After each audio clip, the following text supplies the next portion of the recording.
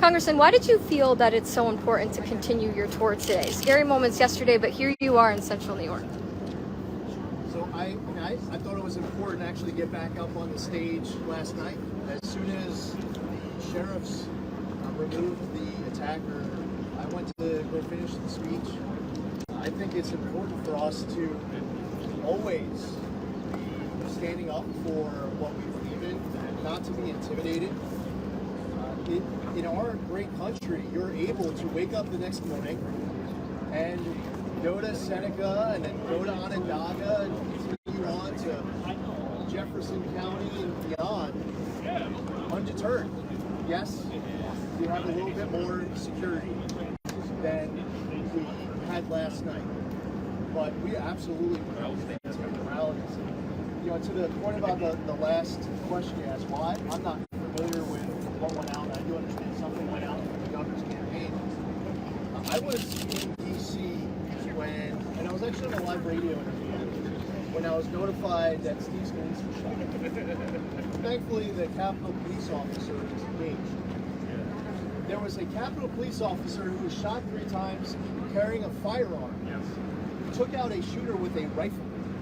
He was shot 3 times, and with a firearm, just a much smaller gun than what he was being engaged with. You don't end up shooting. No one lost their life that he was shooting.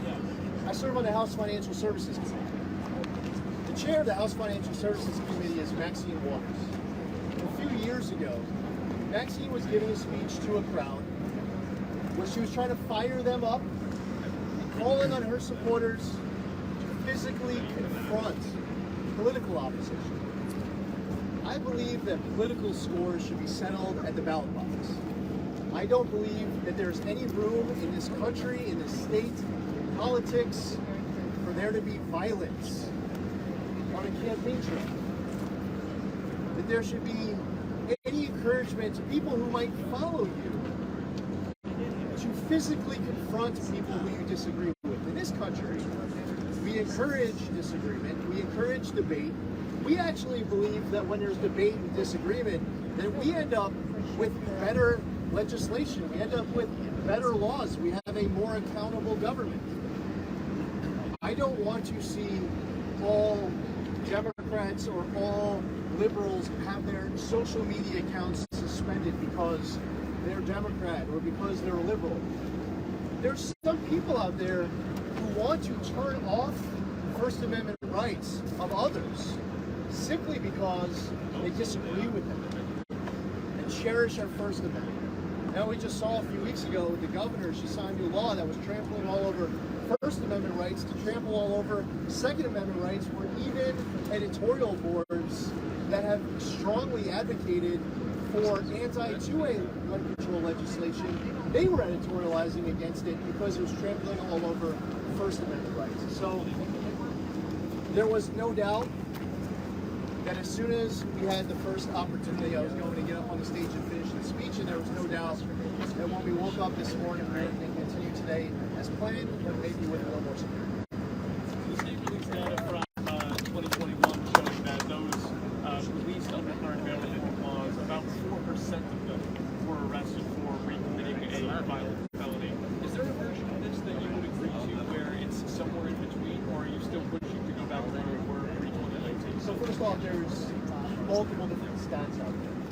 Some people are saying 2%, some people are saying 4%, others are saying substantially higher. 4% is the state. No, as far as their number that they use for the state of people who were released on Castle's bail and then went out and committed additional crimes, there are some different numbers that we use. The 4% numbers, putting that aside. If you were the strongest advocate of Castle's bail, under the argument that somebody shouldn't be stuck in prison solely because they can't afford $100 bail, or whatever that example would be used. If you look at the attacker from last night, I'm told he was intoxicated. I'm told that he had mental health issues. And there's a part of processing, and Allison would know this better than I do, there's a part of processing an arrest are given information and advice, sometimes appointments of where to go about your drug addiction, where do you go with your mental health challenges. My first and foremost concern about cashless bail and the need to overhaul it is dangerousness. The judges should have discretion to weigh dangerousness. It's about the victim. But even if you were having a conversation with the strongest advocate of cashless bail, I would challenge them on this point. I would argue that they're doing a disservice to the person who attacked us on stage last night. Because they have to, by law, they have to rush to get him released. Where's the help for him in that process? So I feel like it's not just anti-law-abiding citizen, anti-public safety. Not only do I feel like it contributes to rising crime, you can see with last night's story, I would also argue it's anti-criminal in a way where that person that you're advocating for to try to get them out didn't get the help that they would have otherwise gotten if they had stayed there and worked with these professionals in the Monroe County Sheriff's Office who maybe could have connected the attacker to the Veteran Peer Support Program in Monroe County, to be able to connect them with a veterans advocate, to get help and expertise for people who in the middle of the night, when that person was released at 3 o'clock in the morning, I guarantee you that veteran had somebody in his community who were willing to drop everything on a moment's notice to show up at that sheriff's office to lend a helping hand. I would say it does the whole system a disservice to have cashless bail. By the way, this isn't just Republican or Democrat. New York City Mayor Eric Adams is advocating for a big change to cashless bail. The Democratic primary, Tom Suozzi, was running on the issue of having a major overhaul to cashless bail. We have these positions that we need to overhaul cashless bail and give judges discretion. But there are also Democrats who have shown a lot of rational, reasonable thought wanting to work with us to get it done. Do you believe you would have gotten better help had he been kept in jail? I do. I believe that there maybe at 3 o'clock in the morning it's difficult to get a hold of a particular person at the Monroe County Sheriff's officer who's helping. Maybe he won't try to wake that person up at 3 o'clock in the morning, but maybe you're able to call that person up at 8 or 9 a.m. and say, hey, can you do me a favor? You call up at 7 a.m. You're waiting to the office. You mind stopping by my office? I have this veteran who's here who needs help. That is something, I mean, you see it inside of New York City, and law enforcement officers upset that you have to race to get a suspect back out on the streets when there is, I'll also get to talk briefly about her, and this is a subject matter expertise for her. Talk about what you do from that dynamic.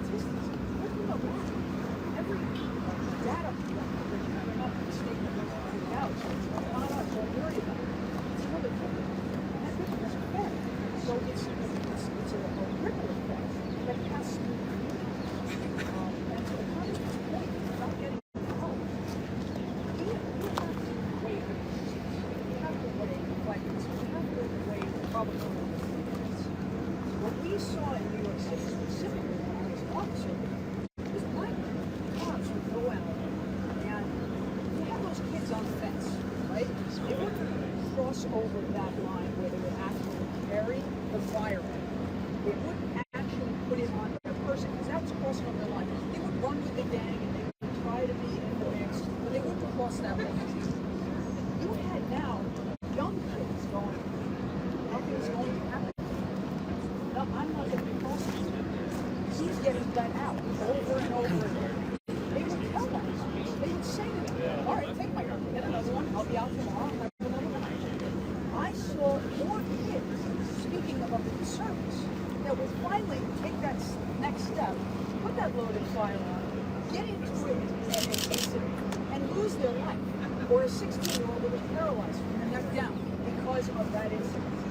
So we want to speak to data points, but this is so much more than data points. We are talking about victims. And this is what I say, this is not a red wave, this is a common sense wave. Our first priority in government is to protect our people. It's to protect our people. It's law and order and public safety. And there's a very small percentage of people that are preying on innocent workers. And it's that small percentage that we are talking about adjusting and repealing Castle's bail and giving judges back their discretion to make these decisions. Because we're talking about prosecuting the criminals and keeping the victims safe. It's being turned around that our perpetrators are victims. My understanding is the county Tory case you mentioned, it was a case of judicial discretion, not a how do you connect those two? That's an aspect of how to make a change in your Castle's bail laws. And we also have really lenient judges too. There was the case of the Goldman Sachs worker who was shot to death in Staten Island about a month and a half, 2 months ago. And that person, actually the prosecutors had requested bail. But it was a very lenient judge who was priding herself in the judge was releasing others who maybe everybody here would believe should remain behind bars. That judge was known because of past issues of releasing people early who should not have been released. So the prosecutors do the right thing in requesting bail. The lenient judge goes out and releases the person anyway, and then he goes on and murders somebody on the subway in Staten Island. I believe that when repealing cashless bail, there should also be a certain minimum set where certain cases, certain suspects, defendants, they have to remain behind bars. There's a certain threshold where the judge doesn't have discretion, not because they can put the person back out on the streets. I'm saying they shouldn't have discretion because the person has to remain behind bars. We have to make sure we're repealing cashless bail and giving judges discretion that we don't end up repeating other cases like what we saw with the Goldman Sachs employee who was shot to death. And that's part of the bill. Thank you, everyone. All right, thank you, everybody. Real quick story. Governor Hochul had introduced possible changes to the way that cashless bail works in New York earlier this year, talking about allowing judges to evaluate whether or not there needs to be bail based on priors, possibility of violent reoffense, and firearms. Does that go fine? Is there a middle ground that you'd agree to, or are we looking at fully repealing and going back to 2019? To be generous to Governor Hochul and how she has handled cashless bail, and specifically how she handled that during the budget process, the best way to describe it is a total face plant. The reason why she proposed the cashless bail changes overnight, Thursday night to Friday, wasn't any coincidence that she was having one of the worst weeks of her short tenure as governor. We had a poll that came out that Monday that said that we were beating Kathy Hochul by a point and a half. On Wednesday, she goes to Madison Square Garden to drop the first of the Rangers game. And she was booed resoundingly by thousands of New Yorkers. On Thursday, story broke that Andrew Cuomo was thinking about running for governor. These three things happened between Monday and Thursday, and then all of a sudden, overnight, at the end of the process for negotiating the budget, she says, we have to tweak the cashless bail. Now, earlier on in the process, when she could have been proposing a change to the cashless bail, her response was, she can't because we need more data. She says there wasn't data to support it. Now, I would say, if you count up the precedent of all the stories, just add them up. That number can be your data to justify the overhaul of cashless bail, but you refuse to do it. Kind of like when I say that Alvin Bragg should be removed, in my opinion. She says that we should cut Alvin Bragg's slack, and he just got there and he's doing his job. When she was asked about Alvin Bragg and the Jose Alba case, she didn't want absolutely anything to do with it. The governor, if you were to make an argument that there was one person in the state of New York, constitutionally, who has not just the authority but the duty to do something about a DA not doing their job right, it's the governor of the state of New York. That's how our state is set up. It's structured on this specific question. And she's saying it's none of her business, and that she won't weigh in on any of it. And I think it's the wrong answer. She ended up, by the way, not just having a very weak starting position, to the point that you just mentioned, what with her initial ask, she then ended up settling for even less and practically nothing. And by the way, she doesn't have a, as far as I know, you guys, maybe you got a media advisory that I don't know about. Does Kathy Hochul will have a media advisory for a press conference today announcing any change whatsoever to Cashman's Spell? Probably. Will you wake up on any morning between now and November 8th where she is going to be adopting our position that we need to repeal Cashman's Spell and everything else that we discussed with this conversation? No. Maybe at some point between now and November 8th, some political consultant comes on board and they're begging, please, say you'll do anything else to Cashman's Spell. But what we need in government is bold leadership. We need the governor right now to be advocating for this because it's the right thing to do for public safety, for security, for rising crime, to back the blue, to make sure that we're defending our correctional officers who are now being assaulted because of the implementation of the HALT Act, for our victims' families where they're having to read about parole boards releasing cop killers and murderers and rapists without the victim and victim's family being able to weigh in with their position. All of this is being met right now with silence by the governor. So is there a tweet that could reach it? Or is it not? So what I propose is that we repeal Cashman's Spell, that judges are given discretion to weigh dangerousness, flight risk, past criminal record, the seriousness of the offense, and we make sure that that law includes protections against some judges who have given discretion will choose not to keep behind bars people who absolutely must remain behind bars. That's my proposal. Now, we will work with allies on either side of the aisle to help however possible. Mayor Adams wants to help to achieve a major overhaul, or anybody else on either side of the aisle. Anybody wants to assist, we're there, ready to work with them. But my starting position is the starting position of New Yorkers. This is the position of the will of the people. So any other counter argument to this is negotiating against the will of the people. I feel like I'm in a strong position. I'm in the right moral position. Congressman, one more question. How do you think we're doing as a state as far as addressing the mental health crisis, especially among veterans? And what would you do differently if you wanted to make changes? When I was in the state senate, I created the PFC Joseph Dwyer Veteran Peer Support Program. It started in 4 counties. It's now expanded to counties all across the state. It's actually a program that not only do I have the legislation in Washington to take it national, but the new Lieutenant Governor, Antonio Delgado, did a press conference a couple days ago where he was encouraging people all across the country to support my legislation to make sure that the PFC Joseph Dwyer program becomes national. Antonio Delgado, before he became Lieutenant Governor, when he was a member of the House of Representatives, he loved finding ways to promote different bills, different causes that I was leading the fight on. And I'll tell you what, as a member of Congress, it's my job to welcome any of that support, genuinely. If Antonio Delgado wants to have a press conference once a week calling for this bill that I have in Washington to have more co-sponsors, or he wants to pick up the phone and call House Democrats, that would be awesome. Now, I believe that the Dwyer program is a model that we use for non-veterans too. You have a peer-to-peer support setting. It's anonymous.